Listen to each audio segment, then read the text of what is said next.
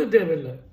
ஒரு விருட்சத்தின் கீழே, ஒரு அரச மரம், ஒரு வேப்ப மரம், இந்த மரத்தின் கீழே உட்கார்ந்து கூட நீங்க கூட்டு பிரார்த்தனை செய்யலாம்.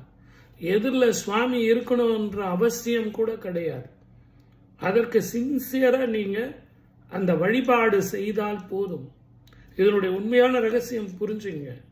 கூட்டு பிரார்த்தனை என்பது இந்த கலிகாலத்தில் யாருக்குமே தெரியாம போயிடுச்சு.